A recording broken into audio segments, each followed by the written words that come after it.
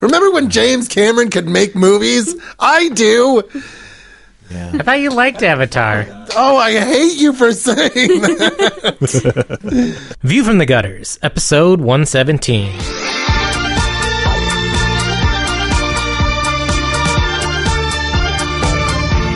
Welcome to View from the Gutters, the comic book podcast where each episode we discuss a collected edition, trade paperback, or graphic novel, and then recommend and vote on the book for the next episode. Warning: the discussion portion of this show has massive spoilers for that book.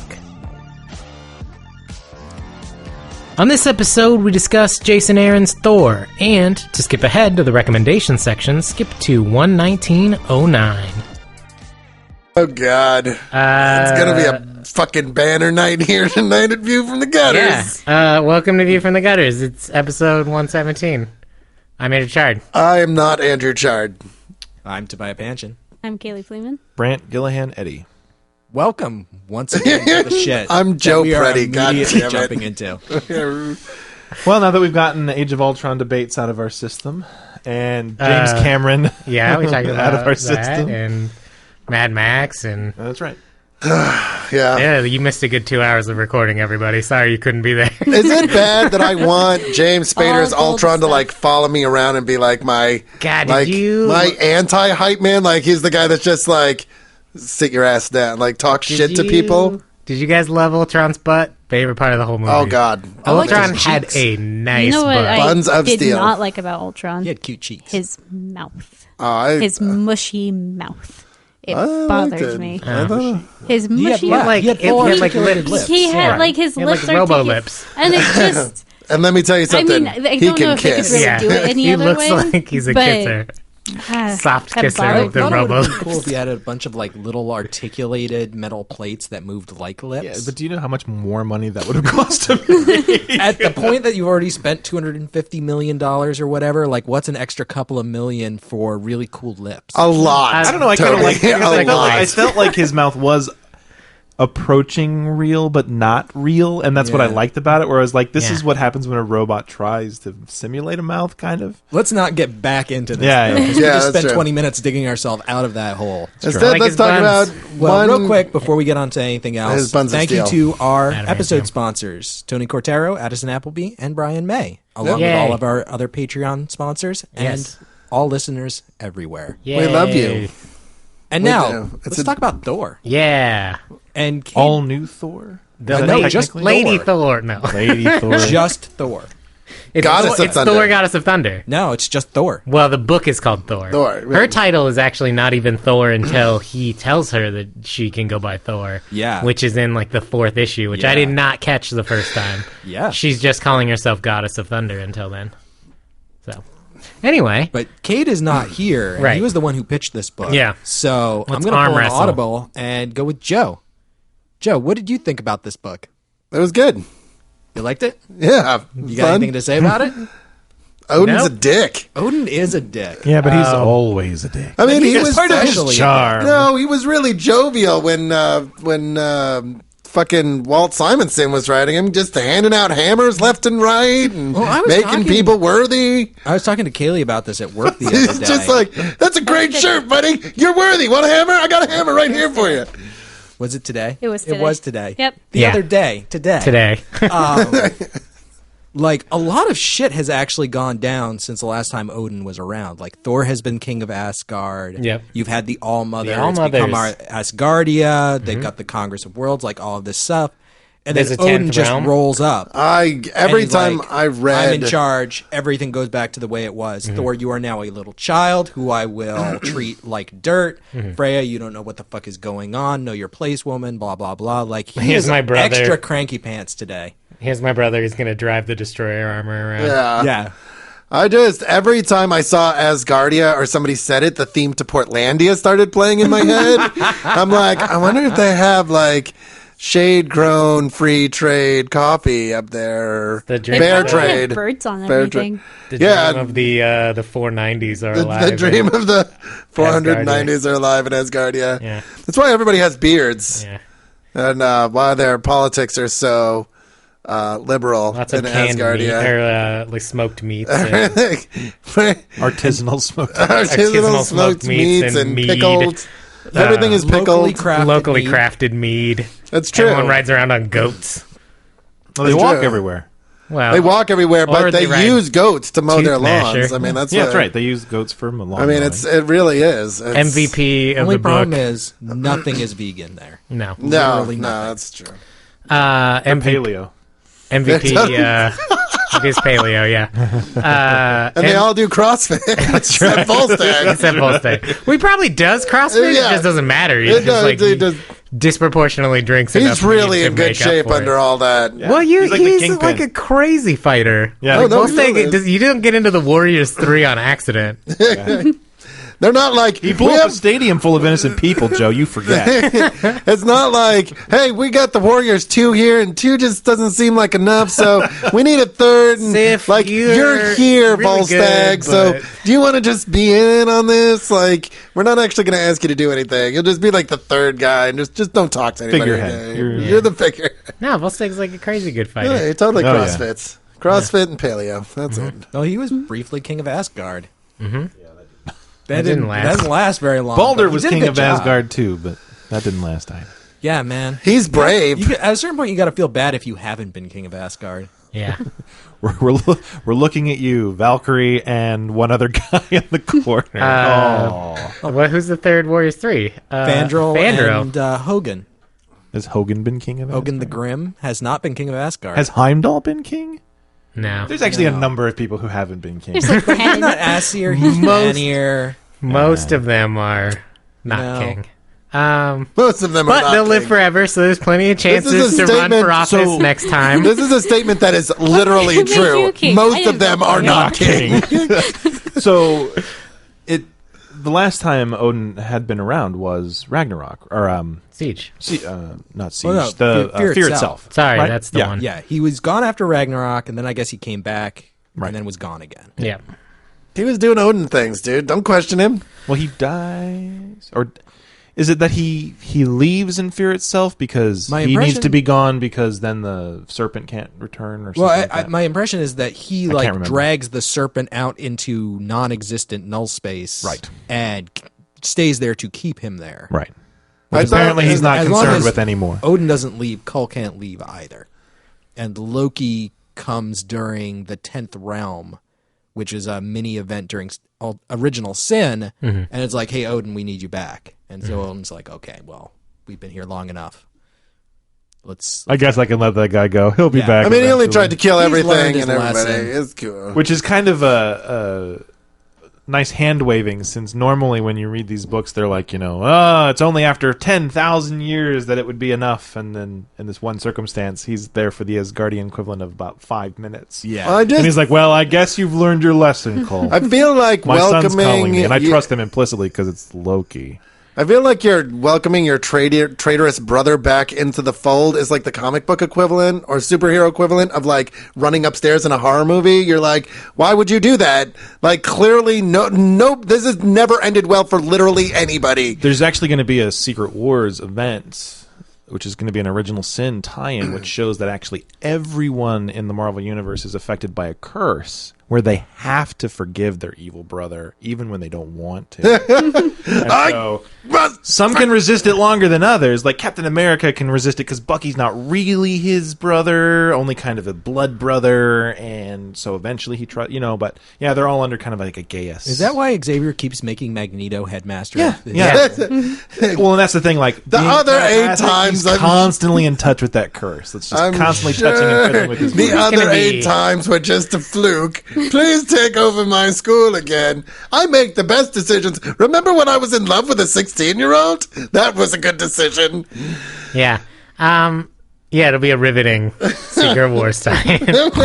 Just like Just talking and just a bunch of- explaining it's- yeah, and backfilling. Things we It'll love. just in the be the comic Watcher's face or whoever it is. Somebody's Watcher's face. dead. It'll be like the- It'll be another Watcher. There's Hey. a bunch of them. Hey, old Goof from the Gutters callback. It'll be like the intros to Paradise X. It'll just be There you go. walls It'll of just fucking be Aaron exposition. Stack, just his face filling up the entire frame, going, "Let me explain this curse to you in excruciating detail and all of the ramifications thereof."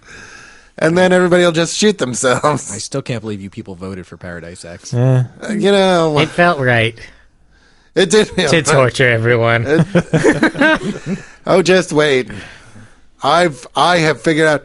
I'm gonna. You guys made quick me read digression. the first two. I'm going to make you read the third I one. have That's why I figured voted out. I have fucking figured out how I'm going to get my ultimate revenge on all of you, and it's going to be a long run pick. And oh my god, I am going to cackle like a motherfucker. I'm not telling you what it is either. Great. Cool story. Not now. Anyways, yeah, I liked it. It was good. It had all the right, you know, it's I really liked the scene where she's fighting Crusher Creel and he's like, damn, feminists ruin everything. And then she kicks the crap out of him. And I like that was a message directly to I really hated that scene. our, But not because of Crusher Creel, but because of his wife. why? Why she's just like, you're a woman, I'm a woman, we all love each other. There's nothing wrong with this. Let me hit my husband with a hammer. You know what that scene really reminded me of? The Susan B. Anthony episode of Powerpuff Girls. Yeah. Where yeah. Susan B. Anthony's like, oh, you can't arrest me because I'm a lady. I'm a woman. Like, Yeah. that's feminism. And the Powerpuff Girls are like, oh, yeah. And then they get like their lesson in real feminism. Yeah. And they arrest her anyway. Yes. I just felt like that. I did too. I felt like it was crappy. It was like it was a little. it was like that's not how it works. That's your husband. You're married to him, and you're criminals. You're gonna go to jail over like it's a woman. It's okay. I'll let her arrest us. Like no, fuck no, you would not. You would be like, hit her again, honey, and then you run away with the money. Like I that. just was, kinda What's her got name? the Is it sense- Titana? yeah. Yeah. Maybe she just got out of Titania. seeing Age of Ultron and was feeling all feministed up. It was a bullshit scene. It was lazy, and I loved the part of where he's like, "Damn feminists ruin everything," and she's like, "That's for saying it like it's a 4-letter word." That I loved. Yeah, Yeah. I that was loved great. that. No, the minute yeah. Titania shows up, I'm like, "This is nope. This is not how you write It's a that little scene." silly. No. You know, Because it we was- all know women work so well together. Clearly and they you should have never put are them- mad at each other, and they all know each other, and everyone gets along, and it's all fine. You know, it doesn't make Just like 100%, regular people. It doesn't make 100% sense, but I thought it was funny, and so I was willing to go with it. And I mean, I think at least he tried to give it a token explanation, which was that she kind of knew that she was beaten, and she was like, he's got to go back anyways because he's starting to get the wandering eye. Yeah. But, I mean, I felt that, like, I really liked the first part of it. The second part, I was like, it's not the way I would have done it, but whatever. I didn't find it so egregiously I would have just bad. loved to see her beat the tar out of the both of them. Well, I'm sure it'll happen. I mean, I think that would have been more satisfying. That's I fair. don't know. I was pretty satisfied with all the giants she killed. Because Yeah. man, she Yeah. kills a lot of giants. yeah, she Yeah. does. That's Well, nice. They're just giants, though. Yeah, it's, What She does it ifs? in really cool ways. yeah, with a hammer. Well, not And just also with the hammer. and then with the hammer, and then lightning. So in issue 6, there She seems also to hits be... one with a block of ice. It's true. That one was pretty good.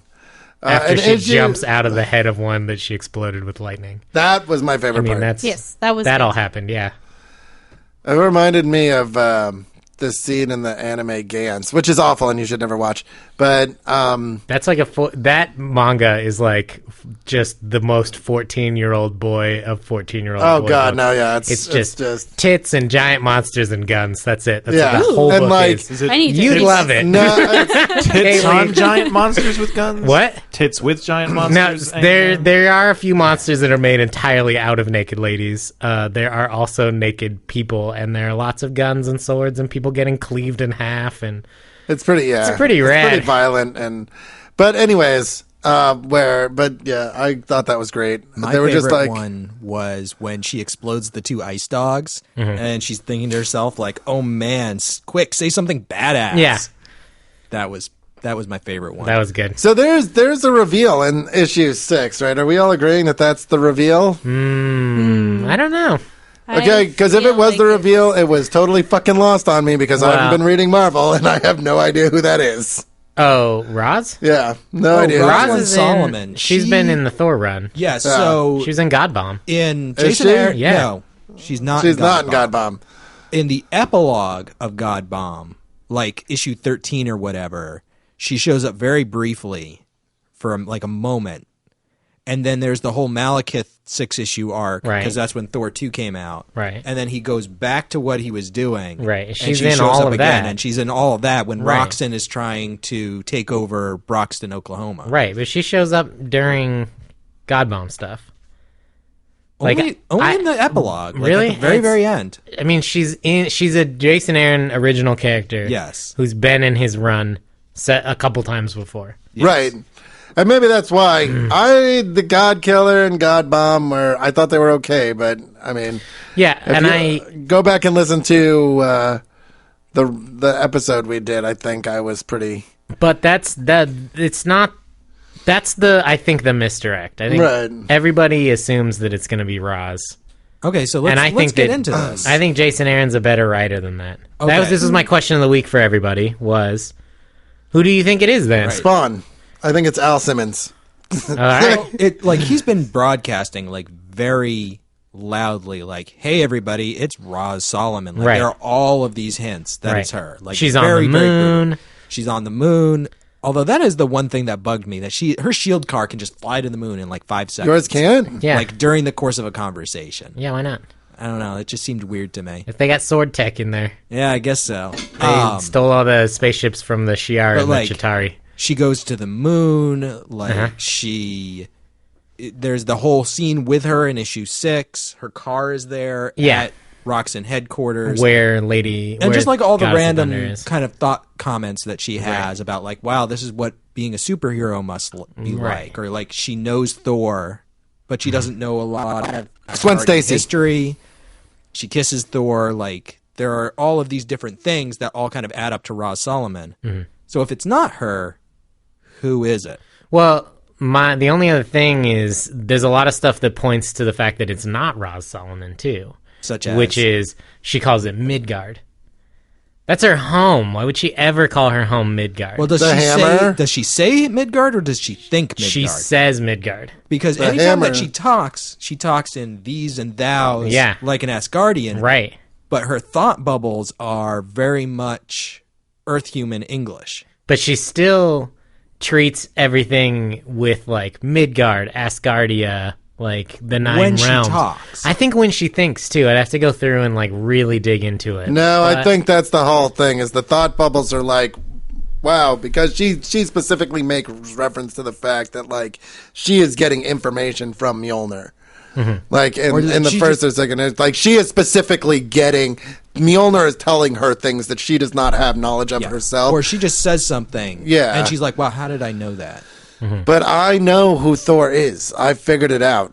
It's May Parker. Clearly, it is. You- It totally is. Aunt May The antiphon. Yeah. or Peter Parker's daughter Aunt from May. the future. Aunt May. That's what I've been saying since issue 1. It's Aunt May, of Of course. course, it's Aunt May. Of course. Well, but then she says things like, "Do superheroes hug each other?" And if it was Aunt May, she would know. Of course, they hug each other. She was what's She her would name? hug- She would know. She would hug them anyway. She was I, Roz. what I Yeah. really, Maybe. I just would like to see a miniseries about, like, how great would it be to see, like, Elsa Bloodstone just carrying around the Hammer of Thor and using it to fight monsters? I don't think you could ever justify her being worthy.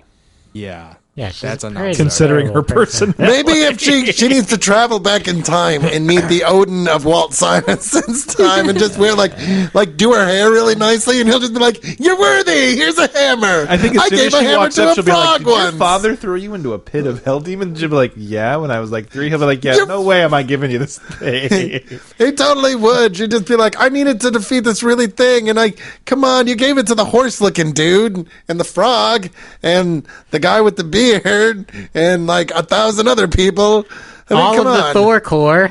Yeah, there was a Thor Corps. At that point, when you have enough Thors to justify forming a Corps, Yeah. then it's no longer special. I'm sorry. It's like Yeah. there are many of you enough to signify an entire organization whoever of be- you who who- are not special anymore. Whoever be worthy, if they fill out sections 8 through 9 Yeah. of Form AC in triplicate and submit to the appropriate authorities, shall be I'm deemed telling Thor you, for a Odin period was no less like- than 90 days under review by a magistrate or local authority. There was just like a 5-year span where Odin was like, "That guy makes great cheese. Worthy. Hey, Hey, that guy said There hello are only to me like the other 20 day. guys with Worthy. Thor hammers. There's only no. There's only Not like even that There's many. only like 20 guys with Thor There were hammers. there's only a- 4 people in the Thor Corps. yeah.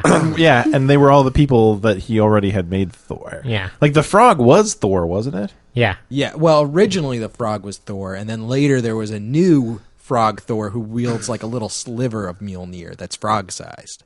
That's Of a different Mjolnir? character. Yeah. Then there was Thor Girl, who's like an alien. But yeah, she's not Beta really. Ray Bill, Thunderstrike, and Future Thor, who's a Right. different guy. Yeah. So I hope he puts his hands on his hips when he says his name. Future Thor. Looks out. What are you looking at? we saw the distant Future. horizon. the future. We saw Thor lose his arm in this too, which is kind of cool because we That was a had like that was a nice. we'd been teased at that with the Destroyer arm in the God Bomb series. Yep. Yes. Yeah. So Again, true. super cool. yeah, I love any time that they talk about Uru metal. Mhm. I don't know why. It's just the dwarves, man. yeah. Then Fear itself must have made you really happy. I never actually watched or read Fear itself. It's not bad. Because the entire ending of it is basically Tony Stark convincing Odin that he has to give them all shit made out of Uru, and them being in the forge. That came smack dab in the middle of the period that I wasn't reading Marvel in like the 2006 to 2009. Still really period. bitter about Brand New Day, huh? A little bit. Yeah. It had What's up with the whole fear itself thing? it had some cool moments in it. So basically, at the dawn of time, Odin had like exiled his brother. I'm going to tell you, even though I haven't read it. Yeah, go for it. He exiles his brother, the god of fear, to like Yeah. fucking far away, and then he finally like comes back and he sends all of these hammers to Earth, and they like drive people crazy. And there's Well, they lots imbue of them fighting. with power. yeah, So like the Juggernaut gets one, and Hulk picks one up, yeah, and they don't just imbue them with power, but it actually possesses them. The hammers have the spirits of his other like warrior children, Yeah. basically. And- so then a whole bunch of destroyers are basically wandering around, annihilating the world, and so it's about how basically different teams form up to take on each of the different ones. And so like at one point the Juggernaut's assaulting San Francisco, which is where all the X-Men are at that point, and Colossus. Yes. Sidorak. And like, yeah, Colossus ends up going with magic to Sidorak's realm and convinces him to give him the To make him the gem, Colossonaut. To make him the Colossonaut, yeah. But yeah, one of the big beats is that Tony Stark basically can like badgers Odin, because Odin's like, no, we'll take care of this. Midgard will be destroyed, but we'll save some of humanity and like pilot, basically do something with you. And he's like, screw that. Like, let us build crap out of Uru, which is why at one point during Fear itself, there's like Tron covers, basically. Yeah. Which is people with like all kind of crazy lighted up stuff. But yeah, like Iron Man has a suit made out of Uru, and Betsy Ross gets a sword. Yeah, the made out of red, Uru, the red, which she actually She-Hulk. keeps carrying around into Dodson's Defenders run, which is kind of amusing. Things like that. But I thought it was actually relatively well done. But yeah, like at one point, And it's like a big payoff for stuff that was going on in the Loki book too. yeah, yeah. Well, 'cause, like, doesn't that he, was, like- go back in time and rewrite Cool's origin story Yep. so that they can fuck with him. Yeah. Yeah. Does that happen in fear itself? Yeah. Yeah. Because that's right at the end of the Journey Into in a Mystery run. Yeah, not the very end. It's It's kind of in the it. middle. Because that happens during Fractions. I know it happens during Fractions Iron Man run. I've read all of Gillian's Journey into Mystery, so I've read that part of Fear itself. Right. but like Ray Gargoyle, like I know he. flashes all of Paris, or all Yeah. of France, or something.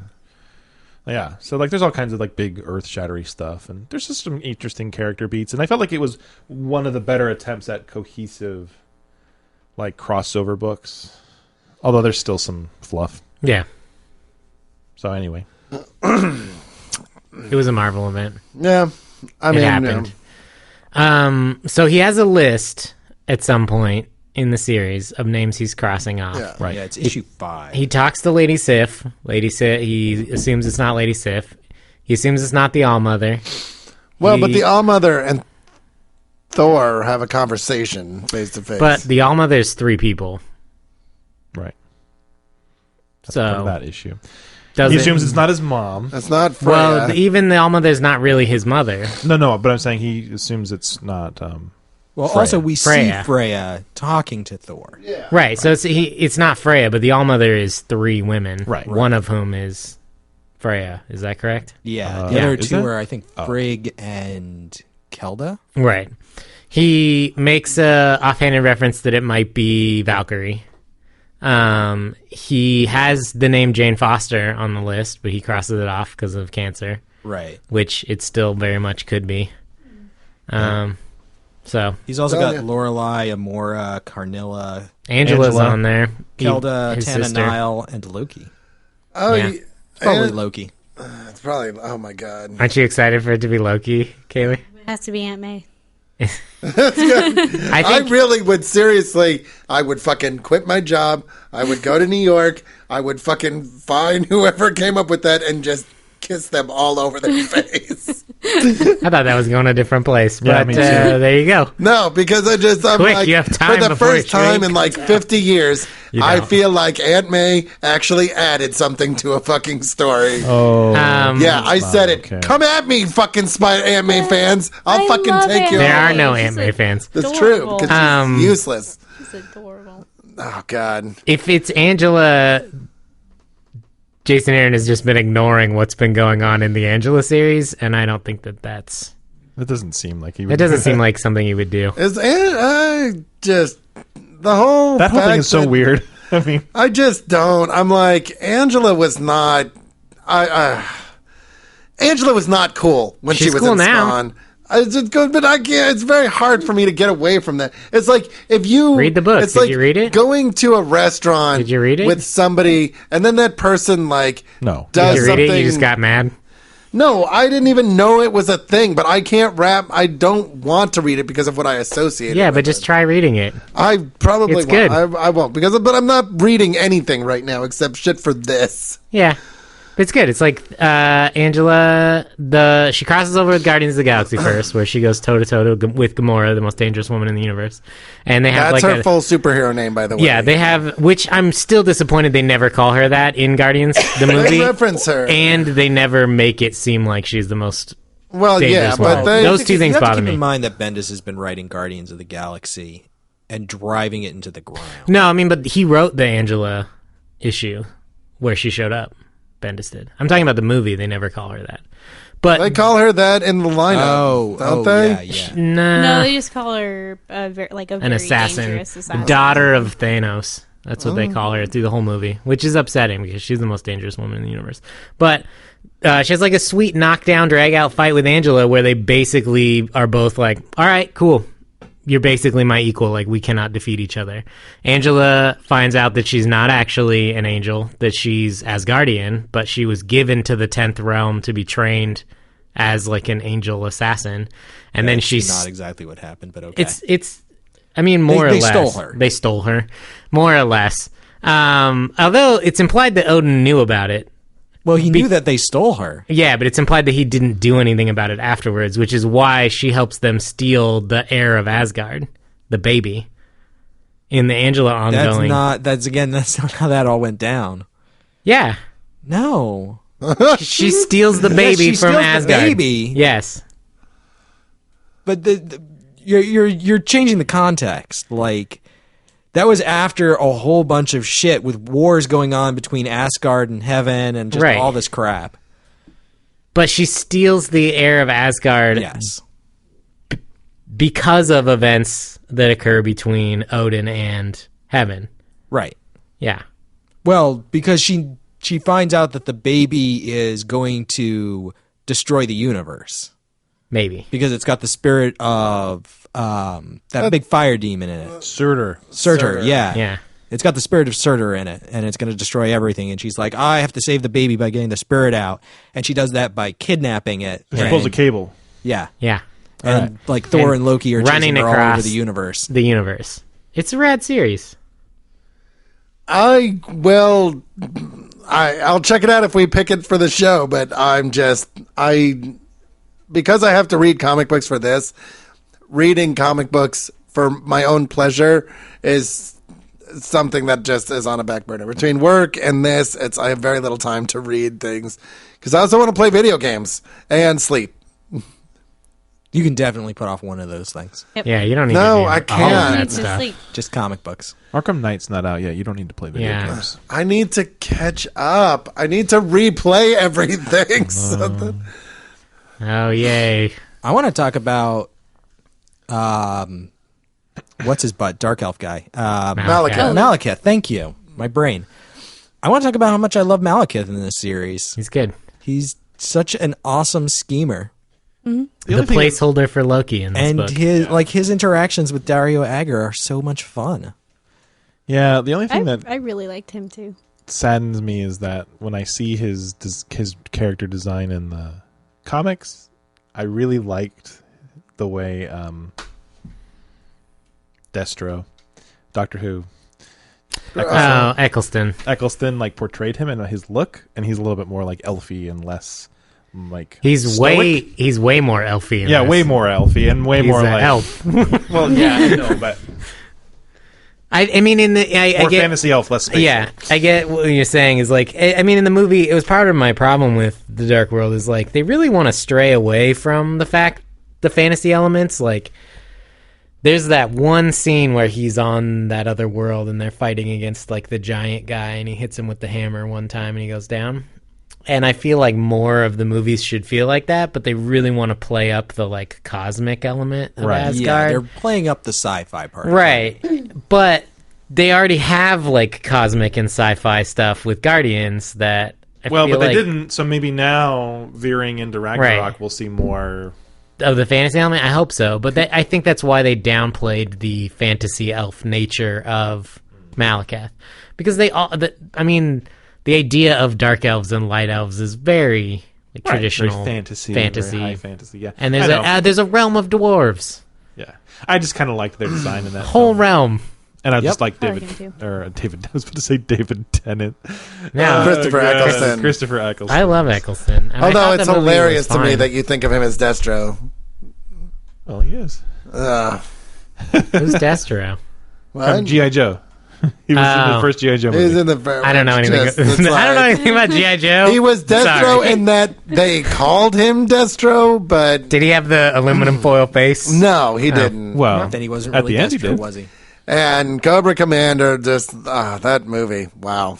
All I know- Although that movie led to one of the greatest moments in Joe history when I went to see it with Mel and Andrea, two friends of ours, and Mel had left cookies at my house, and I told him that I had only eaten the good ones, and he was like, "Oh, well, why would I want them back?" And I was like, I said something like, "You played right into my hands," and he was like, "Good call, Joe," or something. I was like, "Do not call me Joe.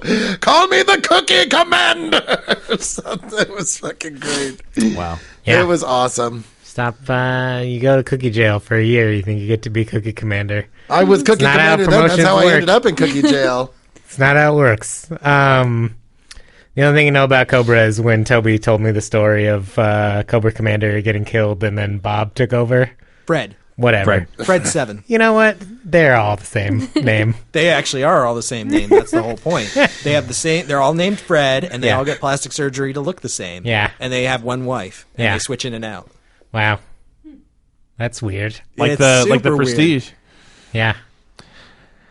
Not saying than that, but well, if we're on this side, I'm going to carry it over the edge. The only good thing that came out of the first G.I. Joe movie was the second one, because the second one is going to lead to the third one, which is going to have Matt Tracker from Mask in it.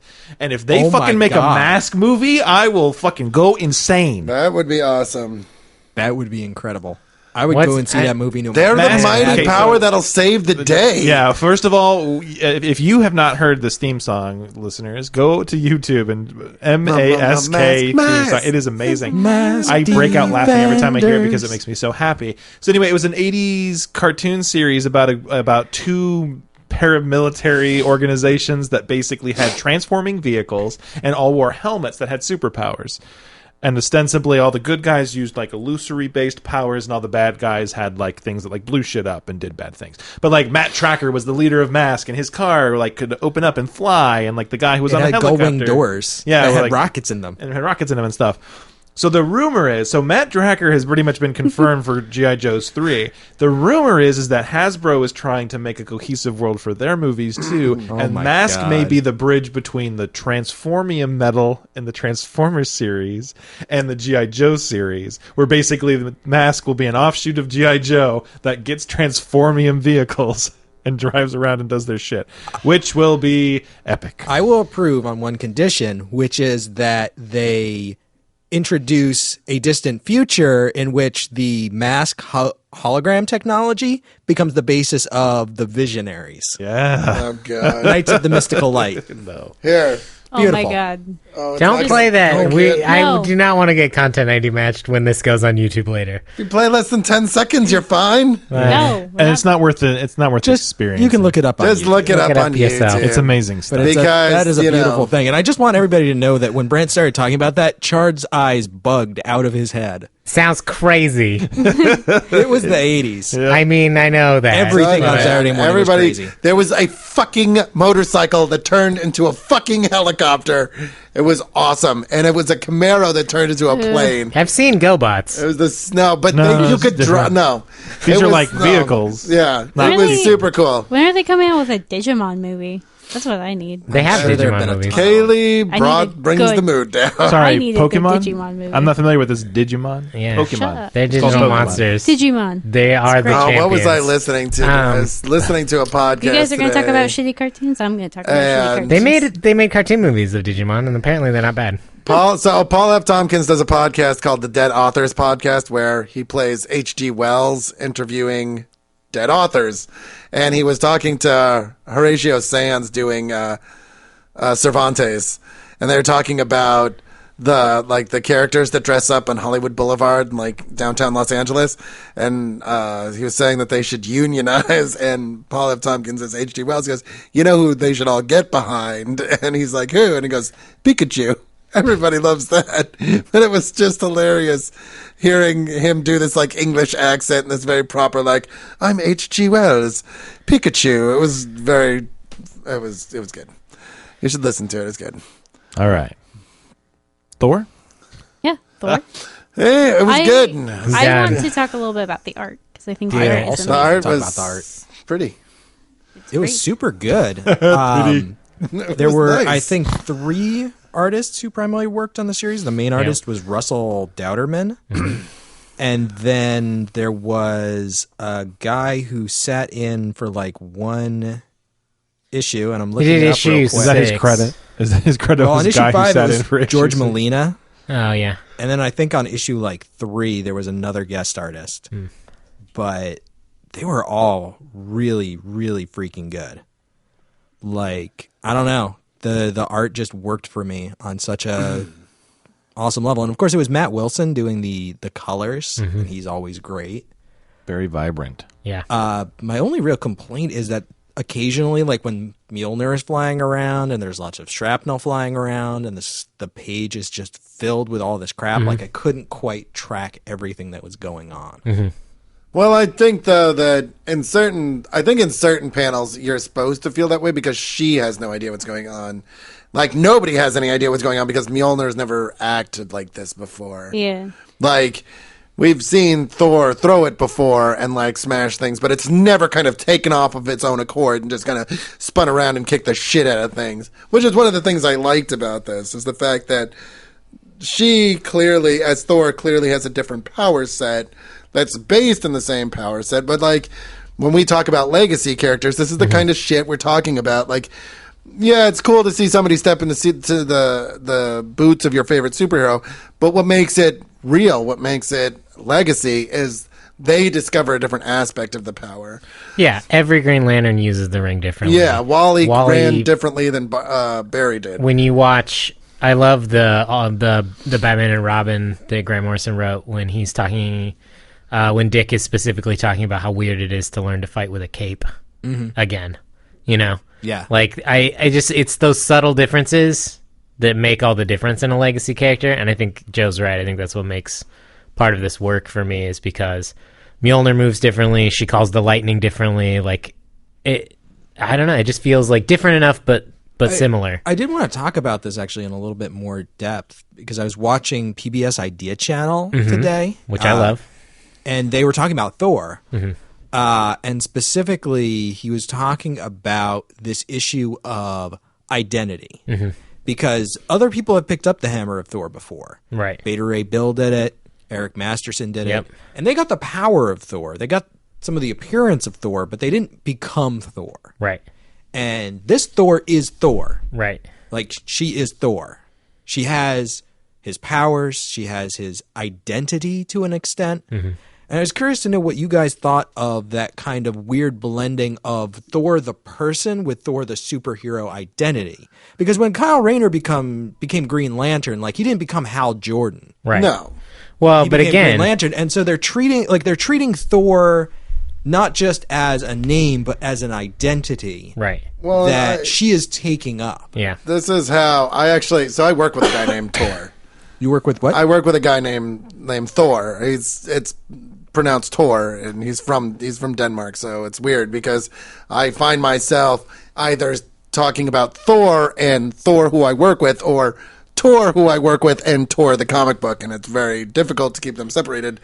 But I was explaining this to him, and he's like, that's not how it works. And I'm like, well, you have to say, this is not Norse mythology. This is Marvel comics. So there's Thor the person and Thor the superhero. This is not the first time they've been separate entities. It is the first time. It's the first time they've been separate in this way, but like other people have kind of, I mean, No, and this it's is the what first Toby's- time they've used the name to just to. No, this is what Toby's specifically bringing up. It was my problem with the character when they announced Thor Goddess of Thunder was Eric Masterson is a guy. His name is Eric Masterson. When he gets the power of Thor, he becomes Thor as a new guy.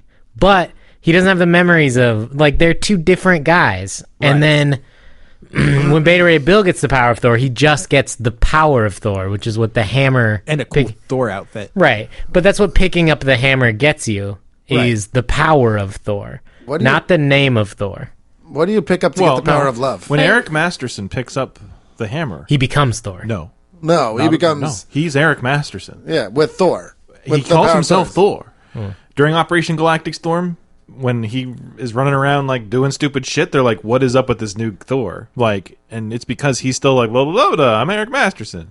Like, I mean, at least at one point, there may have been a time where. Well, and then he becomes Thor, gets his hammer back, and Eric Masterson becomes Thunderstrike. Well, right, but that's what I'm saying. But, is that yeah. Or when Masterson Donald was- Blake transforms into Thor. Right. But yeah, because they were bonded. Yeah, Donald Blake does. Right. But that's the thing is that, he was my go-to example, was that Eric Masterson walked around calling himself Thor. Yeah. Like, he picked up the hammer, he was fucking Thor. And he wasn't like, he never said thee or thou or anything else. He was like, yeah, dude, like, what's up? It's hammer time. Ha ha ha. Like, Yeah. Well, that was also the 90s. yes, it was But, also the 90s. I mean, so that's the thing. It's I mean, I like- feel like after issue 8, which is the issue where they reveal her character, it will be less confusing. But like, they're treating Thor like a code name, right. and then there's also a guy named Thor who they've now But he named. doesn't He doesn't go by Thor anymore. He actually Odinson. specifically asks people not to call him Thor and to call him Odinson instead. They should Yeah. call him Boar. Well, I feel like But- so for me, I That feel was like his grandfather. there's this really convoluted mix What of about- concepts that that I think Jason Aaron's trying to approach,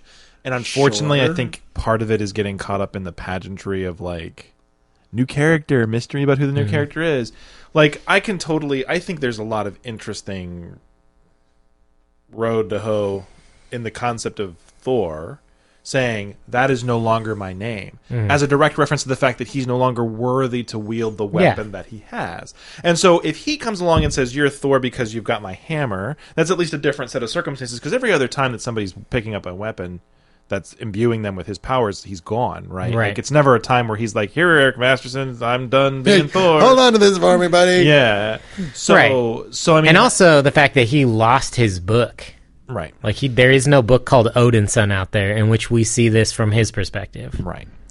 So I feel like there's that whole What like, if there was, though? Well, I mean, that's the thing, is like we would get a lot more of the pathos of a character going like, I'm not worthy, stop calling me Thor. Right. And then this woman pops up and she's like, I'm Thor. And he's like, great, whatever, I don't care. Like, I can't pick the hammer up anymore. What is it wrong that I'm actually far more interested to know what Nick Fury said to Thor? Oh, I mean, we all are, right? Yeah. Like, I mean, think I'm that's a far huge- more interested in that than I am in who Thor, Goddess of Thunder is. but will we ever know?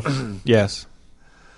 I'm gonna call I'm sure her- at some point. Oh yeah, they've got to, because 20 that'll years be from the- now. 20 years from now. It's in the vault, man. They'll They hire can't touch it. It's in the vault. somebody to make Thor, Goddess of Thunder Origins, Yep. and it'll reveal No. what was said. No. His name is You don't actually think James he'll say Howlett. it? He grew up on a farm. His name was Thor Howlett. Thor He Howlett. grew up on a farm in Jotunheim. Yeah. I just But I think this question gets to a very interesting point about superheroes generally in terms of what is the line between the identity of a hero and the person behind the mask. You know, because I mean, like all the Green Lanterns are Green Lantern, but Well, they each have their own identity. But this is the thing, right? Like historically, this was the kind of the schism in a certain sense between Marvel and DC traditionally, which was that DC had a much more a fixed notion of legacy and position. Like the conversation was always who would be Batman next. He had other people, but they would eventually take on the cowl. Who would be there are Green Lanterns. There's always one kind of a thing. Even the Flash was about mantles and legacy and history. And Marvel was content to kind of be more like, no, another guy's got spider powers. He's the Scarlet Spider. Another guy's got spider powers. He's Kane. Another guy's got spider powers. Actually, that's not a guy. That's a girl. It's Spider-Gwen. Like, they were always content to put Another new names on people, and I feel like now War Machine, U.S. right, Agent. right? War Machine, US Agent. Well, right. because unlike DC had these characters from the golden age, like early 30s, through the late 40s, 30s. late 30s through the 40s. Characters like the Flash, the Atom, Green Lantern. And then they lapsed. They just stopped using those characters because people stopped caring about them. Sure, they continued to tell Superman stories and Batman stories and whatnot. But when they went to do Showcase Presents, which is the book where all of the new versions of those characters debuted, they wanted to use those names still and tell stories about them. When they went to reuse Captain America, they didn't create a new character named Captain America. They brought the original Captain America back. Right. And DC did something very different in the Silver Age, trying to tell science fiction stories. They wanted nothing to do with the old powers because they were all magic based, and they wanted to bring it forward into the scientific era. That's why Barry Allen is a forensic scientist. His powers he got from chemicals, not from magic. right. Well, You know. AJ Garrick. But like Green Lantern. Well, he got it from hard water, which is barely science. they didn't know that back then. Okay, But, I mean, specifically the difference is in the Green Lantern, where his power is magic, and then Kyle Rayner's now a space cop. Like, that's his... right. Or, Who gets sorry, his- Hal Jordan. Who gets his powers from a giant lantern that imbues him with magic. Instead of the Magic! I know. I'm What's just the being- difference between my magic and science, Brent? Yeah. like exactly. instead of the Spectre, the vengeance of God, you've got Martian Manhunter. Right. He's a Martian. Right. Well, but I also think And the Atom, who used to just be a pugilist, now has a belt that shrinks him. Well, you know what's like a interesting? science belt. So here's my thing about this. I feel like to a certain extent, like for a long time, you make an editorial choice not to mirror your opponent. So Marvel basically takes this tack of sliding timeline. I think that one of the things that probably forced them to reconsider this notion in a really holistic way is the movies. Absolutely. Because you can't and I think that there were some forward thinkers, especially Winter Soldier. Brian K. Vaughan? No. Brubaker. Brubaker. And also, that's not forward thinking. That was theft. Because he was writing Gotham Central at the time, and the meeting came out where Judd Winnick was like, "I'm going to bring back Jason Todd. Bring Jason Todd back from the dead, and he's going to be an adult now, and he's going to fight Batman because he's not trying to prove that he's worthy to Batman. He's trying to prove that he's better than Batman." And Ed Brubaker, who was in those meetings, left DC, went to Marvel, and pitched Winter Soldier, which is the same story. Yeah. So with no whiny wall punching. Well, but that wasn't Winnick's fault, was it? Oh, no, I mean, that's editorial. I mean, I'm not blaming that on Jen. Right. Well, but again, like, regardless of I feel like the genesis of that idea, Great. which I think is, I didn't know that, which Yeah. is interesting to know. Like, so there was that was maybe a seed that got planted that then Right. other folks thought about picking up. But I think, now we've got this. Now you've got that same kind of thinking that was present in DC for a long time, which actually, funny enough, DC seems to have, in some senses, eroded away from, right? Well, by destroying the JSA and doing again, all these things and getting away. Dan DiDio wants to be 90s Marvel more than anything. And apparently he could now ever Marvel imagine. wants to be 90s DC, at Yeah. least in some theoretical constructions. So, but yeah, so it's like, I think that this is now a new venue and a new set of ideas for this group of characters to Right. consider. And I think Well, it gets- specifically, like you're saying, because of the movies, because those actors aren't going to be able to be in those movies forever. right, and you don't want to reboot them every time. You could either arguably. reboot them every time, like Spider-Man, or you could just try to slide a new actor in, which we saw how successful that was with Batman in the 90s. Right. And so... Well, and I think the difference is that was not that wasn't done intentionally. But now if Iron Man 4 is it's going to about- be Tony Stark, then... Well, no, if it's about, so the rumor on the street, right, is that by the time Iron Man 4 would roll up, Don Cheadle's still on contract, and maybe at that point Tony Stark will be Jarvis. Yeah. So he'll be AI, Right. and then it'll be Don Cheadle in the suit, and then of course, and all of that time in between, they could introduce That's interesting. other characters. I mean, and who that's could potentially become the yeah. next Iron Man. Because of course now in the new Avengers, there's another person who's clearly in an Iron Man suit that almost everyone's convinced is not Iron Man. Wait, in the how new could he be in Avengers the that just Iron came Man out. suit and not be Iron Or Man? not Tony Stark. You're talking about all new Avengers. Yeah. That has not come out yet. It's Oh, going to come the out comics. after Secret Wars. But the It's like, all new, all different Avengers. Yeah. all new, all different Avengers. But yeah, like there's been panels leaked and stuff. Right. And, like basically, people are trying to do a forensics analysis. It's like we're almost positive it's not Tony Stark, but the person says that they were around for the original Avengers. So right now, the running money is that it's Rick Jones. Yeah, interesting. But anyway, so yeah, I think that Marvel's definitely embracing this idea of legacy. Yeah. Attached from character, and I think that's a good thing because I agree. there are, one of my biggest arguments about the thing that I loved about 1 year or post Final Crisis, Batman, was that Dick Grayson becomes Batman, and I think I was talking to Joe a lot about this at the time. Like there are awesome Bruce Wayne stories, and then there are awesome Batman stories, and sometimes you don't need both of those things, Right.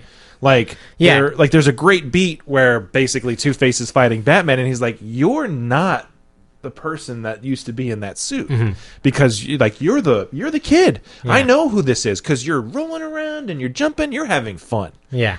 The old Batman didn't have fun. Well, and you have the dynamic switch of like you had the dark and grim brooding Bruce Wayne, and you had Dick Grayson was like the circus kid, the fun Right. tumble jokes, make jokes, Which is why distract he the was a bad great guys. pairing with Damian Wayne, who Exactly. was a psychopathic little murderer. Right. But so yeah, and I feel like that's helpful to Marvel in a sense of being like there are characters who are people, and then there are positions that those characters sometimes end up in. That Spider-Man. I mean, well, yeah, Spider-Man, Captain America. These are two very real characters we have seen successful legacy characters of. Yeah.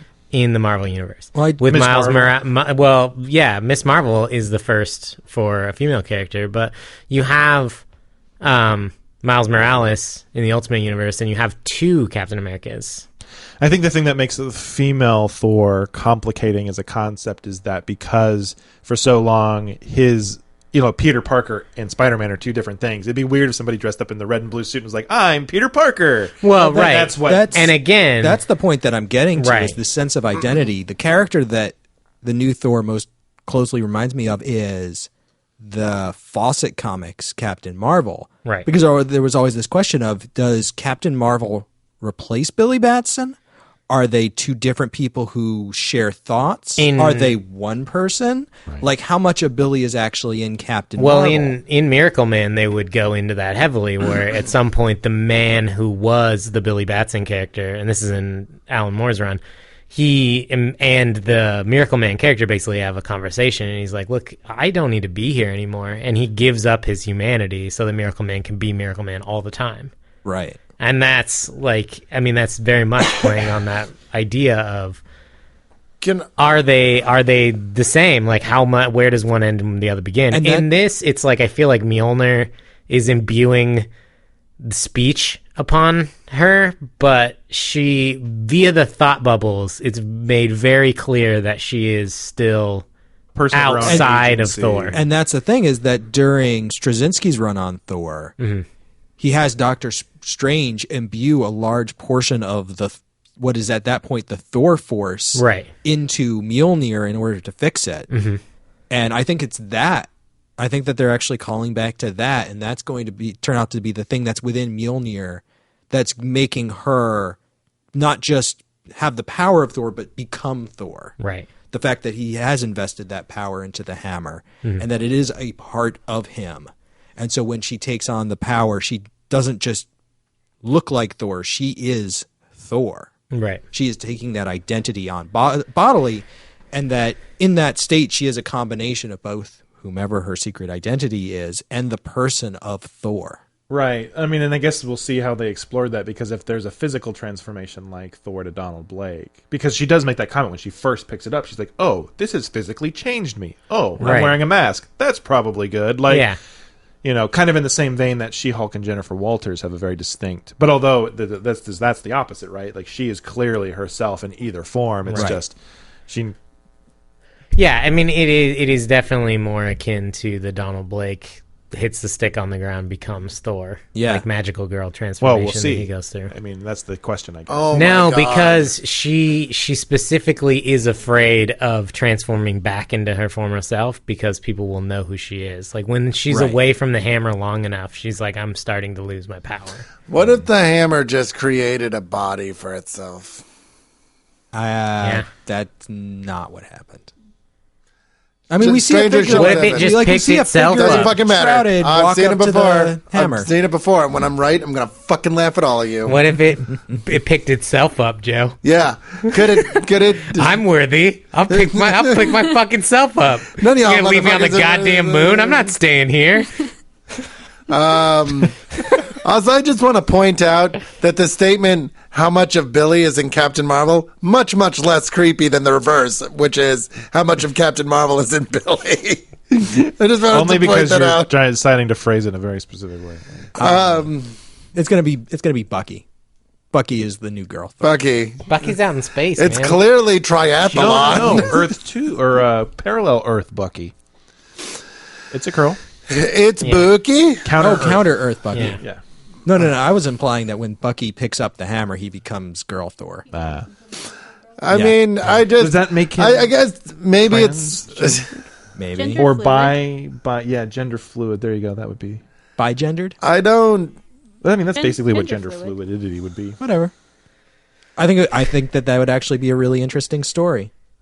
I don't think it would be if it's Bucky. Well, not Yeah, not he's Bu- got his own shit going on not, right now. Not Bucky specifically, but the idea of somebody who changes genders when they transform into a superhero. It's happened. It's been in stuff before. I'll think Yeah. of it. Give me a minute. I know that there is an anime. Ranma one half. Although I'm not sure yeah, that's definitely exactly the deep place look that you want to into go I for brought deep, Kirby compelling a melon commentary bread on the other gender day. politics. And I was like, this is so that you don't wait for me after school to beat me up. That would make it Every so day. awesome, though, to like secret identity wise. Be like, Yeah. be like, you will like, you know, female Thor. I think I know who you are. You have no idea. Yeah. You're not even close. You're not gonna guess. You're James Rhodes. How did you know? It's amazing. It's just how I can just tell by the way you look in my eyes. Apparently, the way to figure out who female Thor is just to have her fight Two-Face, and he'll be like, "You're not Thor. You're some other person." You're Dick Grayson. Except that he can't figure out that fucking the question is Renee Montoya.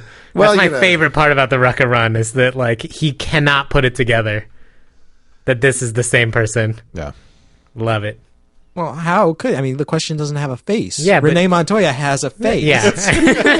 I mean Yeah. that's true, yes. You're like one of those people that's like, Clark Kent is Superman. Duh, he needs his glasses to see. Yeah. That's my favorite line in Miracle or Mystery Men. Yeah. It's my favorite line. Yeah, I love that's that a good movie. one. Captain Awesome does not wear glasses. He wears glasses. Yeah, I don't know who it is. I think I'll be disappointed if it's Roz, I think. I feel like it really can't be anybody but her at this point, except maybe Jane Foster. Yeah, I think I want to imagine that Jason Aaron is more clever. I mean, this was Tony asked us a series of questions on Facebook. The first and most obvious being, like, who is it? And then his theory, and him basically saying, like, he hopes that this is all a misdirect because he wants to imagine that. Who did he want to? It could be. I don't remember. Anybody. I'll look. But yeah, it would be amazing to see Jane Foster, and we know that Jason Aaron's a big fan of that character. We've seen some good story beats with that before. Yeah, I really feel like personally, so I haven't really said much about the book itself, and so for me, this is really like, I'm not unhappy with the book, but I don't have particularly strong feelings about it because it's all set up, no payoff for me. Yeah. And I think that this is the crux of it, is that, you know, you get a year in, or, you know, get to issue 8 or whatever, and have your reveal, and a lot of how successful and how interesting even this stuff is for me lies in that, or in knowing that it's not going to happen for a long time, and that this book is about investing and kind of just building foundation. But at this point, we know that there's going to be a reveal, and so for me, I'm a little like, if Jason Aaron comes back and is basically like, who is Thor? It's that character I created within the last 18 months or however long. It's kind of like, whoop-de-fucking-do. Like, I feel like... And that's the thing. Like, I don't understand why they've been treating it like a big mystery in the promotion. Yeah. When within the book itself, it seems really obvious. Right. So I think I'm with Chard that it's like, I want it to either be way more clever, or I'm just going to be kind of like, oh. Yeah, so, this is what Tony said. He said, is she who they've been telegraphing to us the last 2 issues? Because if it is, that's a little too much in the way of lead up, right? Too obvious, not very clever. After all the writing and teases and such, I'm in the camp that Aaron is too good a writer for that, and the last 2 issues have been a total misdirect. But what do I know? I'm with Tony on that. Like, I gotta hope it's somebody. I hope it's Freya or not Freya, one of the other Allmothers, or Valkyrie, or, you know, somebody. With a little bit more legacy, just because I hope for that, you know. And I also think the interesting relationship between Roz as a agent of S.H.I.E.L.D. with no powers and Odinson is an interesting relationship. I have one other argument in favor of Roz Solomon being Thor. She's an environmental scientist. Yeah. In the Marvel Universe, Thor's mother is not Freya. She is his adoptive mother. Right. His actual mother is Gaia. Right. The spirit of the earth. Yeah. And so those two things kind of combine, because that is an aspect of Thor that doesn't get a lot of attention paid to it. Right. That he is the son of the earth. Like, Midgard is as much his home as Asgard is because of that. And the fact that she is somebody who fights for the earth, I think plays into her worthiness. And Jason Aaron plays up Thor's connection to the earth a lot, because at one point in the series he says, I'm going to the armory and then I'm going home.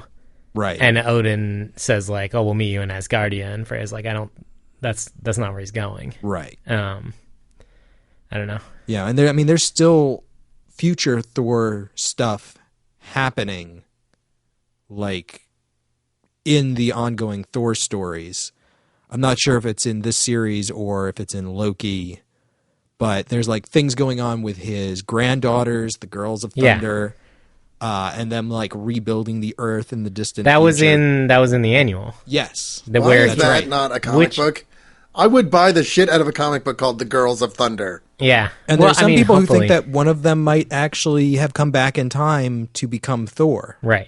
And which I think it would be great, too. Relative. Which would be interesting because she made out with him. They do say that he's hot, though. They do. That's true. No, they are attracted. That was actually the first thing I fucking thought. But at the same point, I'm like, little Luke and Leia action? I mean, that's pretty creepy. But also, she does it as a misdirect, too, because she's like, kisses him, and she's like, still think I'm your mom? And he's like, I hope not. And it's like, but he's like, because it I took him off have his a feet. boner, is how he should have concluded that sentence. It's just like in all of those movies where the two guys are like trying to avoid the cops or whatever, and they're like, quick, kiss me. And then it's like a total misdirect. It totally is a misdirect. Yeah.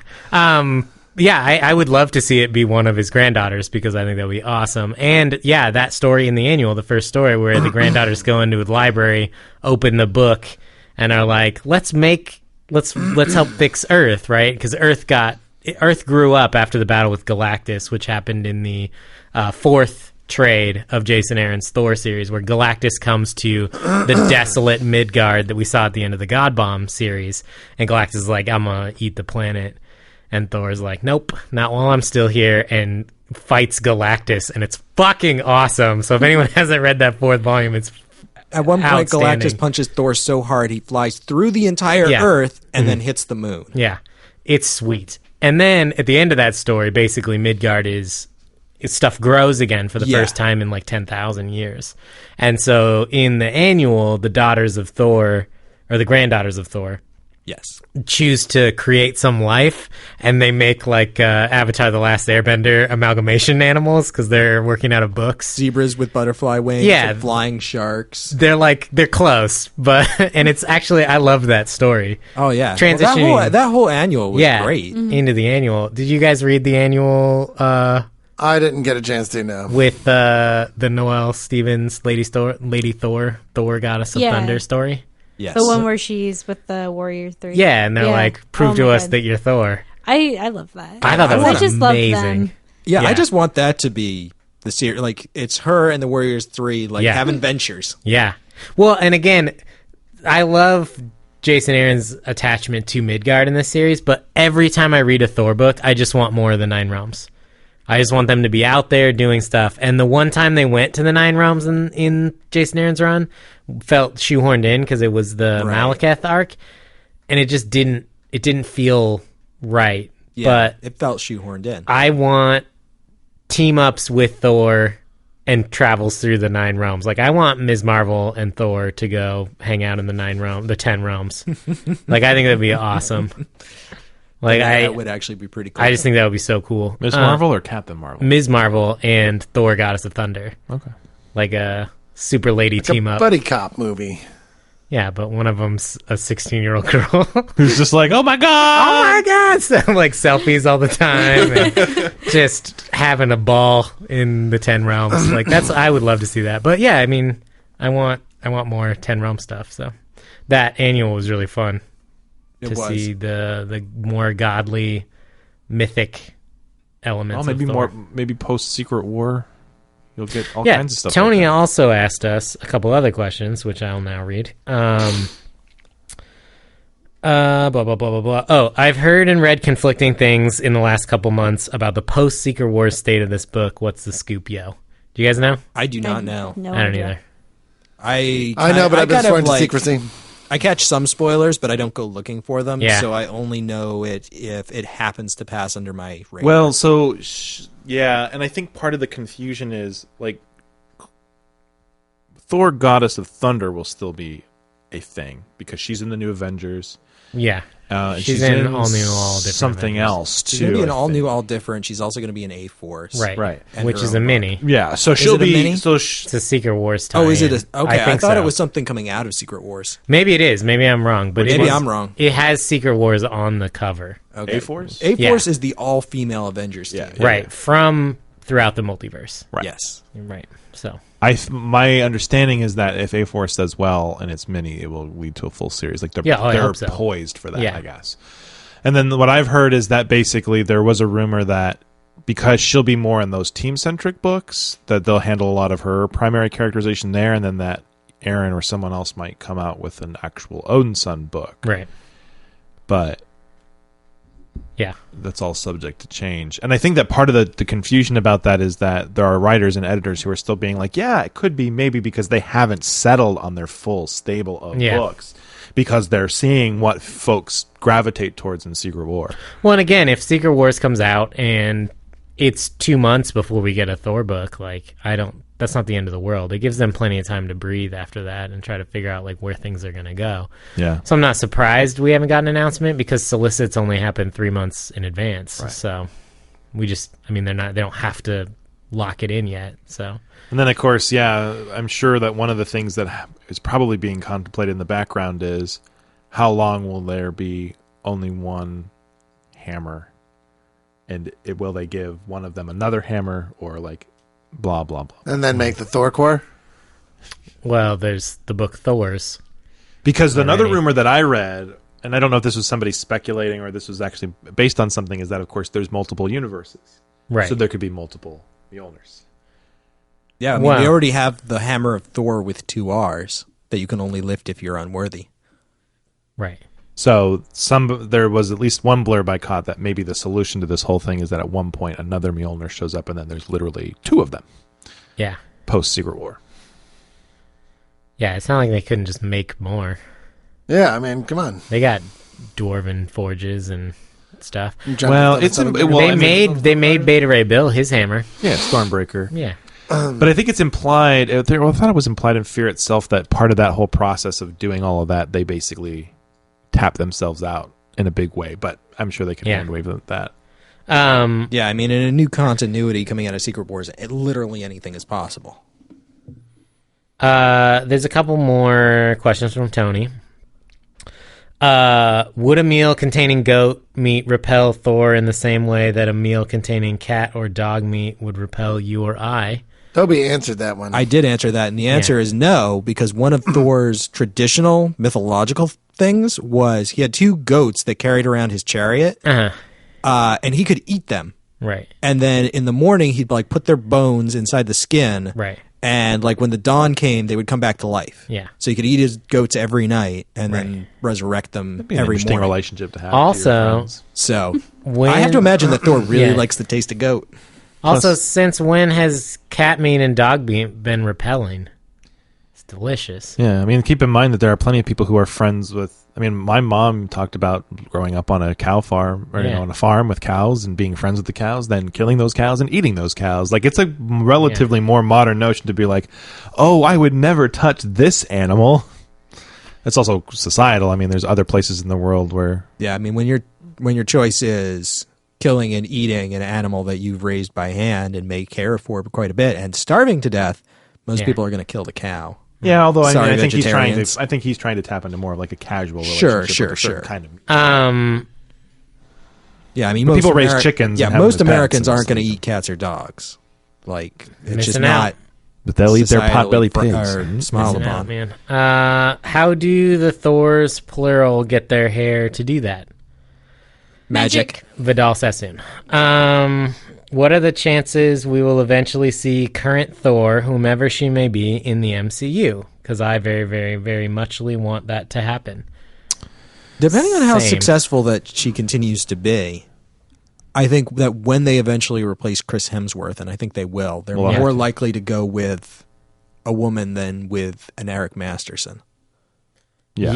Absolutely. Well, I mean, I think that's why the one advantage that Marvel has right now with the way they've projected everything out is that they've got a couple of years, because they've got one more Thor movie to do with Chris Hemsworth. They've got 2 more Avengers movies. 2 more to do Avengers with movies. Although the rumor is that most of the main characters from the Avengers films will not be in the first half.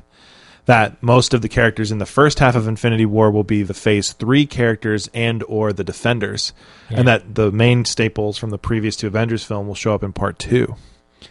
And that it may even be a plot where like they get taken or captured or something, and then all the other characters have to kind of get together, and which is why Avengers It feels Age like- of Ultron ends with that. It's a new team with the other people Yeah. kind of a thing. Yeah, did anybody notice? I'm just going to throw this out there. Did anybody notice the team at the end of Avengers is basically Avengers West Coast? Because I noticed that. Yeah. There's We nothing didn't- wrong with they- that. they No, were- I'm not saying. that- I'm just that- It's a criminal lack of Wonder Man. That Shield HQ was in a mysteriously sunny place. I mean, the It's thing upstate is, New York. It is upstate They said New York, it. but it's fucking Avengers West Coast. All right, you have Well- U.S. Agent, the Living Lightning, and fucking Wonder Man there, and you have Avengers West Coast. It's just it. And you know what? Giant There was a Goliath criminal. wasn't there. There was a criminal. Goliath isn't anywhere He was because a West he's Coast Avenger. Yeah, no, he but was. I mean, he's not. There is no Goliath in the MCU. Yeah. Clint Barton, he's Goliath. That's No, true. Okay, Clint Barton is Goliath after Hank Pym gives him the fucking thing Yeah. to do that. But Hank Yeah. Pym was never Giant Man in the MCU. Well, We'll see. That you know of. Well, Ant-Man hasn't come out yet. Maybe they'll Yeah. reveal that he was Giant Man back in the 60s. Maybe he was just a really tall man and he needed the Ant-Man serum to get Michael to Douglas regular is going to be. size. This is the twist in Ant-Man. Michael Douglas is going to be 8 feet tall in that No, movie. he was born 40 feet tall, and then he had to invent the Ant-Man serum to get down to get regular that size. side. Tony had more questions. Hang on. How would you guys rate the series so far against the previous Aaron series, or the Lee Kirby Silver Age stuff, Walter Simonson's favorite run, the post Simonson, DeFalco stuff from my childhood, which I still have a definite fondness for because I'm a softie like that, the Straczynski run, Fractions, or Gillen's? well, I'm personally madly in love with the Straczynski run for a lot of different reasons. So fantastic. that's probably my favorite Thor, Yeah. personally. I think it's too early to call it. But yeah, that's my whole thing with this, is that it hasn't defined itself well enough Well, in a full sense. it depends on if you feel like this is issue 7 of Thor, or this is issue like 30 of the Jason Aaron's run on the Thor. Well, he even stipulates compared to Aaron's other stuff. Yeah. So I feel like you have to take this as another run. But like as a I mean, different run. I disagree with that categorization. I feel like this is very much a continuation of that run. I think, especially if it turns out that it's Roz Solomon or one of the granddaughters of Thor, because those are characters that he introduced in his previous run. and that's the here's the thing, is thing. I think it's too early to tell No, because we don't I know agree with those that, things. too. Well, but here's the interesting thing about Aaron, and I think this is true of a lot of the folks that he listed, DeFalco, Simonson, is that you get to a stage as a writer who has a run on a book that you can be forgiven for more things that you screw up for all the good things that you do. Like, Dan Slott has overseen some stupid fucking things in Spider-Man, but at this point, like, his run is a seminal run. It will be referred to historically as an amazing run on Spider-Man, unless he just completely screws something up on his way out the door. Like near 10 years now. Right. Yep. Like, he's written him for an incredibly long time, and he's overseen some of the most interesting, like, between the inclusion of Silk and Spider-Gwen and all the really current stuff, but also Superior, Spider-Man, everything else. So, you can really, like, so even if it is Howe, right? Rosalind Howe? Or Solomon. Even if it's her, or it's some bullshit thing where it's like, it is, Freya, but she was totally, like, making out with Thor. Like, Aaron has an opportunity because of how much he's put into the character already and how much longer he may potentially work on it, that whether or not this particular beat is very good.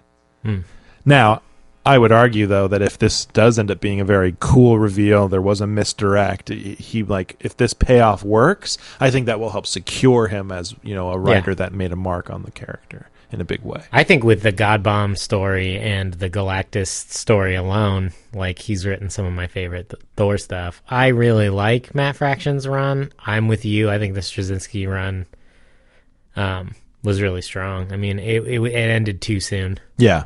Well, and I think that's why it's not ever going to yeah. be considered like a big thing. But it did so much to redefine modern Thor, in my opinion. And I think Gillen with Journey into Mystery and Fraction and all those guys that came after Straczynski ran with the stuff that he started.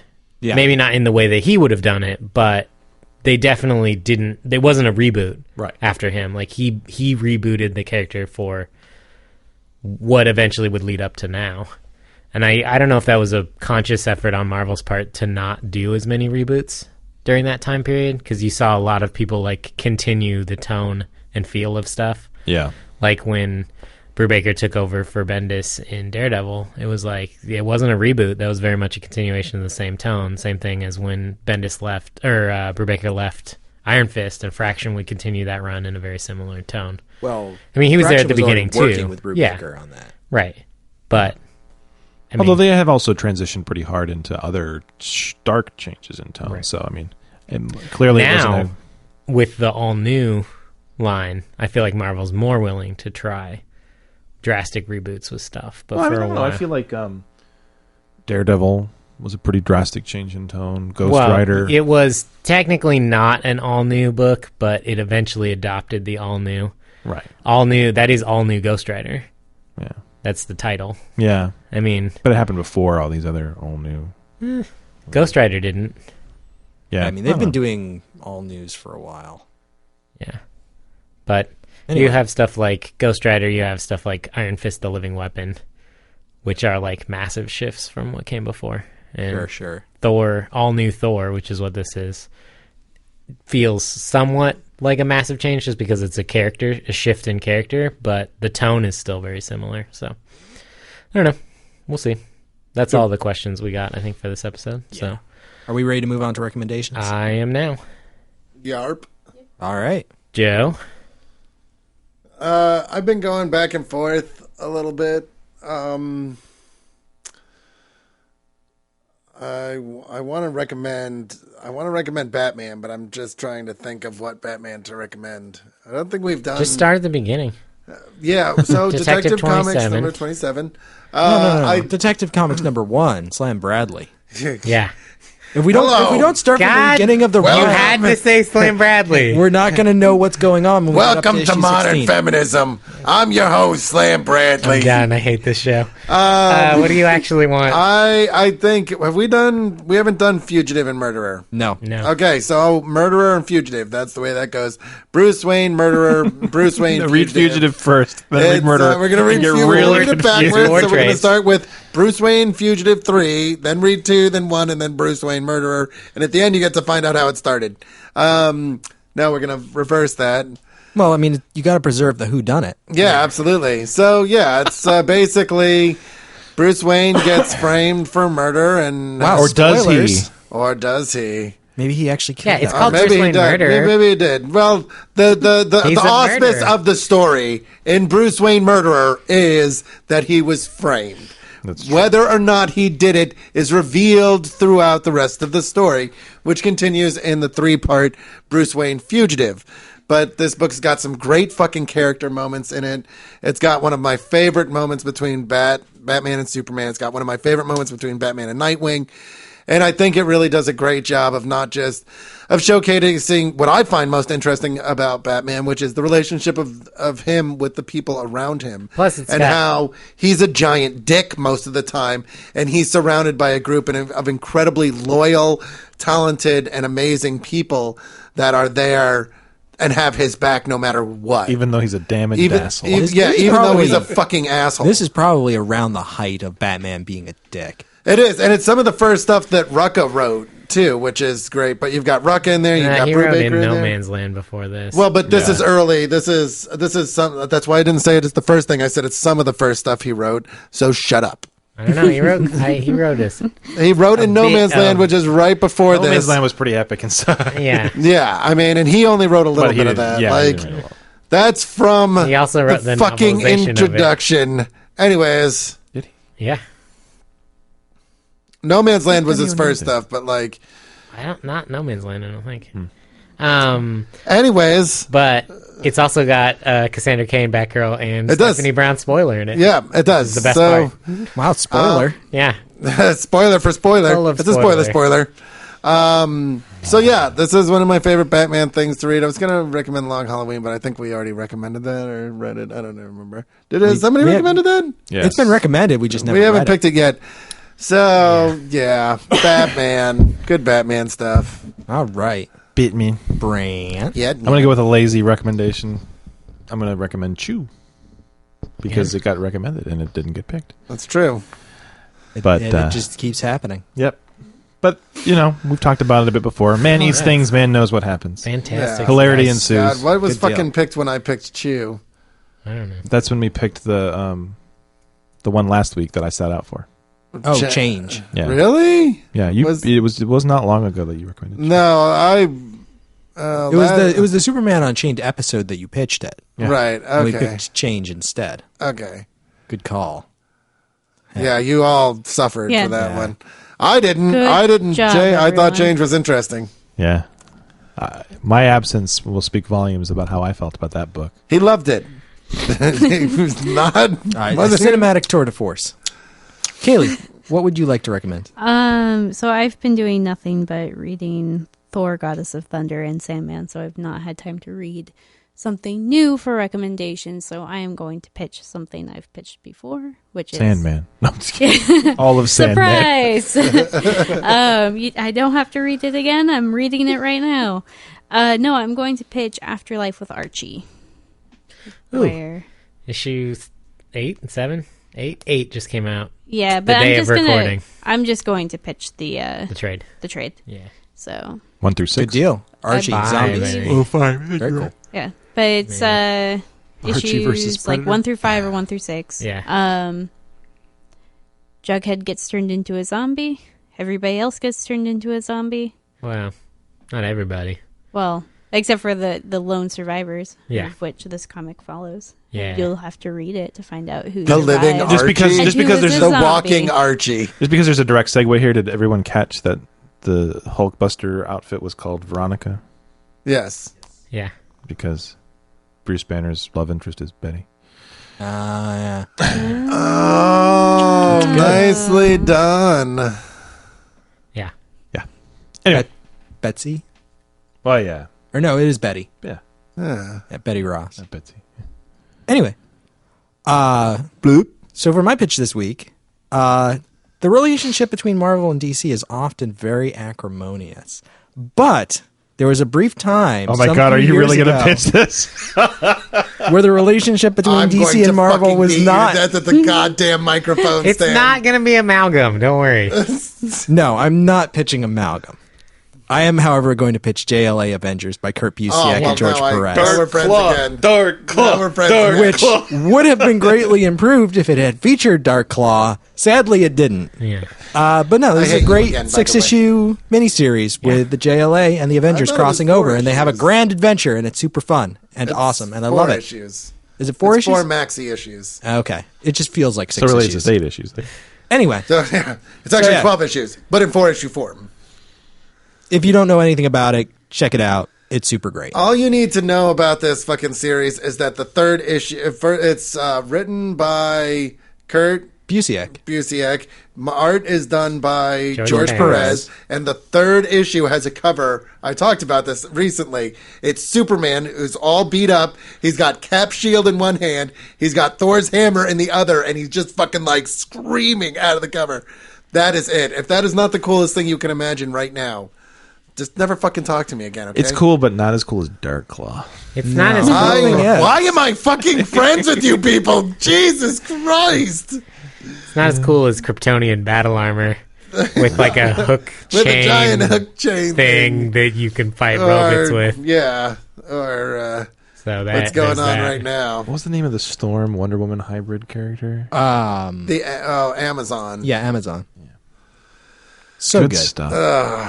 John I have a Burnett. different thing I want to pitch. Bloodstorm is still my favorite storm variation. Oh, yeah. Oh, yeah. Vampire Storm. It's best. I mean, my favorite She story. should have been exiled at one point, I believe. Yeah, Yeah, she does. Well, she appeared first in the Earth X trilogy, but I think she did make her way into other stuff too. Which that's a character that really should have her own Battle World or Secret Wars book. Yeah. Because that Don't would, they? She's just on her planet What? going, everybody's a vampire. I'm pretty sure that the vampire world shows up in Battle World somewhere. Yeah, I mean, It hopefully, might be in the list. hopefully, It's not. It should be. Bloodstorm will show up. And hey, maybe they could do a crossover Marvel Vampire Universe versus DC Vampire Universe because they both have them. Blood true. Rain versus Bloodstorm. Oh, I was thinking it would be Marvel Or Red versus Twilight. And everyone from Twilight would be murdered. Yeah. That's true. So I am getting this really strong feeling that Chart is going to pitch an image book. Oh, well, you're wrong. I pitched a Shadowline book. It's an imprint of Image. Whatever. Yeah. Fuck you. Oh, sorry. Excuse Yeah, me. so this is an Image Shadowline book called Comeback, written by Ed Brisson, with art by Michael Walsh and colors by Jordi Belair, who we all love. Hey. And this is a crime time travel story. Whoa. So basically, Crime travel. these agents work for a organization that is that has the ability to travel back in time and basically extorts people for exorbitant amounts of money to go back in time and save their loved ones. To be like, oh, your wife that died in that car crash, like we can save her for $2.5 million. Like you just need to give us the go ahead and deposit the check, and we'll bring your wife back to you. And so that's what these agents do. And of course, everything goes horribly wrong. And it's really fun. It's short. This is it. This is the whole thing. It's one It's volume? like 4 issues, 1 volume. I think it's only 4, maybe 5 issues. And 5 issues. And it's just a fun little... So it's sci-fi at the very bare minimum level of sci-fi, as in they go back in time. It's I would call it like the least sci-fi time travel story I've ever read. Did they get into little pods that shoot them back into time? Yeah, they just Jean-Claude walk Van into Damme? a time I machine. knew you were going to bring Time Cop into this. I always bring up time cop when there's it's time not it's not as cool as that. No, Ron Silver. they just like get into a machine, and it shoots them back in time. You don't actually see them. I mean, They're like just back in time. Yeah, like like I said, it's like the least sci-fi of all time travel stories because it's like we got to go back. All right, we're back. Like they they just like skip the explanation. Do they at least play a song by Huey Lewis? Yeah, they That's the definitely. power of love. They definitely do that. I think it's really Thought it was fun. the heart of rock and roll. It's got lots It's still of beaten. cool twists and turns and playing with kind of the time travel paradox ideas. But at its heart, it's a story about double crosses and people in power who shouldn't abuse things, and it's just fun. It's a fun little story. So everybody go check it out. I really enjoyed it when it was coming out in issues. So Cool. Joe? I what you must voting vote for JLA Avengers. It's got some of my favorite fucking moments in it. Brent? I'm going to reveal a shocking piece of information to the world. I have not read JLA versus Avengers, so I it's will. not versus. It is. It's just JLA It's Avengers. just JLA Avengers. Well, it's JLA Anyway. slash Adventures. Does that change? I your mean, vote? if they were fighting, it would be a different book. That is a different book. Yeah, that J.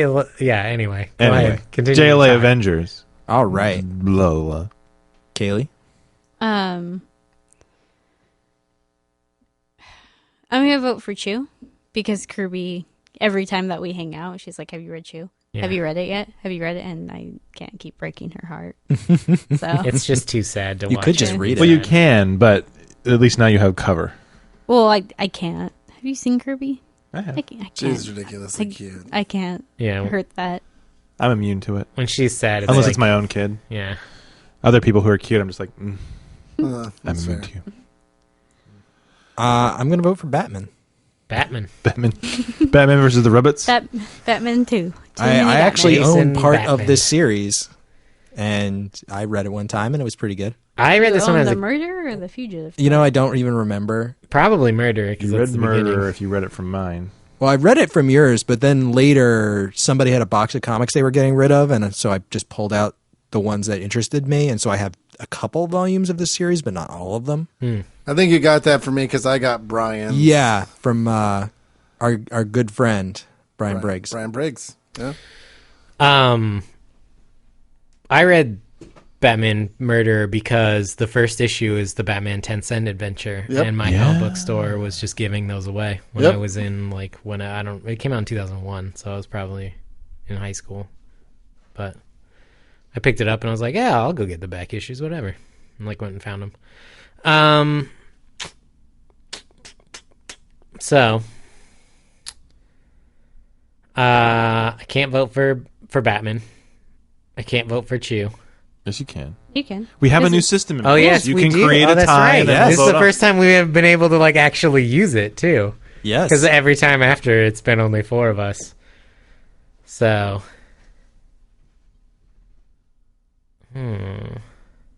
So how much Chew?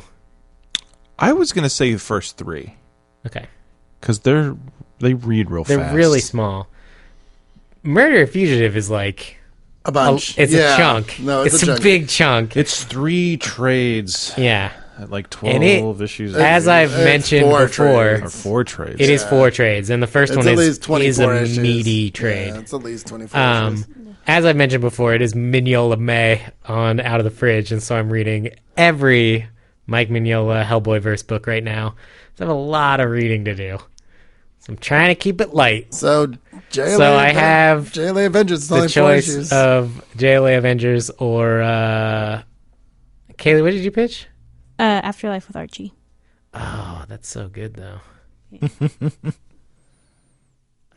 Vote for that and let the cards fall where they may. Well, but if he votes for that, then the cards lay at JLA Avengers. Yeah. because That has no one two else votes. voted for Archie. Right. Yeah, So either nobody it's likes I mean, I was Archie actually, or me. to be fair, I was going to vote for that. I've wanted to read that for a while. you were going to, but did you? JLA Did you? Avengers. No. I'm sorry, JLA. So Avengers. it's either It's either I cause a tie or between Batman or Chew. or whatever else I vote for means JLA Avengers. Mm-hmm. Yeah. So I actually want to read JLA Avengers because I'm in the same boat as Brant, which I've never read it. So Yay! superhero and heroism. Ah, Not a Marvel book. And we'll see. Not DC book. We'll A Marvel read DC book. a Marvel DC 90s book. Did they have No, really? I think this is actually from the early 2000s. Is it? Yeah, it is. Yeah, And it was in production for a long 2004. time. But Wow. it took them a long Okay. time to get it done, I think. Yeah. I wonder if they had esoteric legal arguments about whose name as a publisher would appear first. No, it's a DC Marvel book. No, I think Marvel DC rolls off the tongue better. It should be Avengers JLA. No, I think JLA Avengers. The version that I have says that it was actually published by DC Comics. Interesting. Copyright 2004 DC Comics and Marvel Characters Incorporated. Which is interesting because it has been retconned out of DC continuity, but it still exists in Marvel continuity. I thought it was, well, I mean, I guess now it has been retconned out of DC because of all their reboots, but I thought it was the other way around. No, it's a Earth in the Marvel continuity.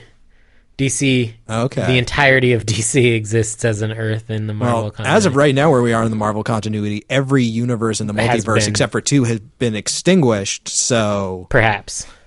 the DC universe within the Marvel universe no longer exists now. Perhaps. Perhaps. But except that we're seeing characters from those other universes, so they ended up on Battle World somehow. Yep. So we'll see. We'll find out We'll see soon. if Batman shows up in Secret Wars. No, this is the Batman from our continuity. All right. So next week, yes. JLA Avengers. Yes. We love you. Thanks for listening, everybody. Yeah. Remember to kill Jeff. Bye. Who's Jeff? Oh, last night I was I'm watching. done. Bye. Thank you for listening to Me from the Gutters. I hope our recommendations have inspired you to go out and find some new comics you'll enjoy. Join us next time for a discussion of our selected title, but like every week, we encourage you to read all of the recommended books. In the meantime, please leave us an iTunes review. It really does help new listeners find the show. You can also like us on Facebook, subscribe to our YouTube, and follow us on Twitter at ViewFRTHGutters. Feel free to email us at contact@viewfromthegutters.com. Please send us any questions, comments, or recommendations you might have. Be sure to subscribe to our YouTube channel as we post new videos every week. And thanks again for listening. And as always, keep reading.